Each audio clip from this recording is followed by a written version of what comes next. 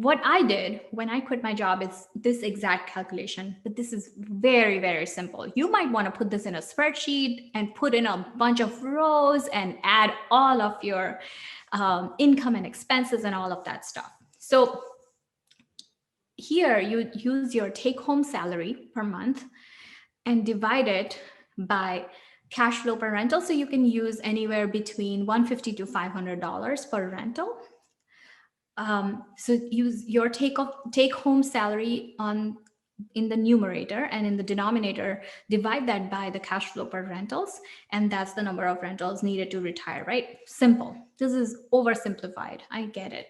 So a couple of things. Number one, when you use your take home salary, use the salary after taxes.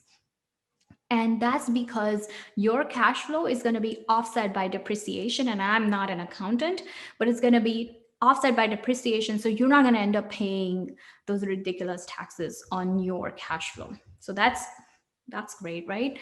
The other things that I haven't considered here, and I'm going to talk about how we did it. So when I quit my job, and I was making six figures, and it's kind of quite a hit, right? Like we're immigrants, like we don't have a inheritance that we're going to get. So that was like a big hit that we took.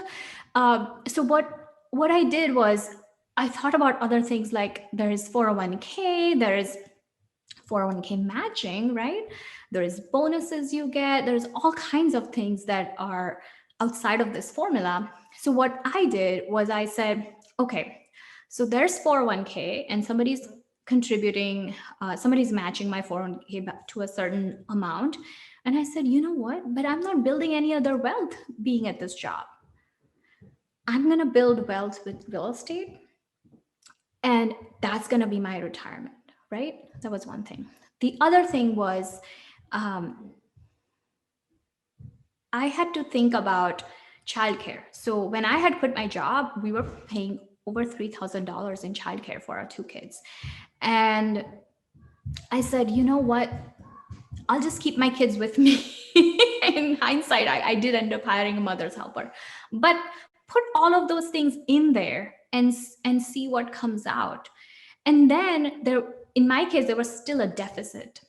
And I said, okay, so am I willing to take that much money worth of risk to be able to get what quitting my job is going to get me? Does that make sense?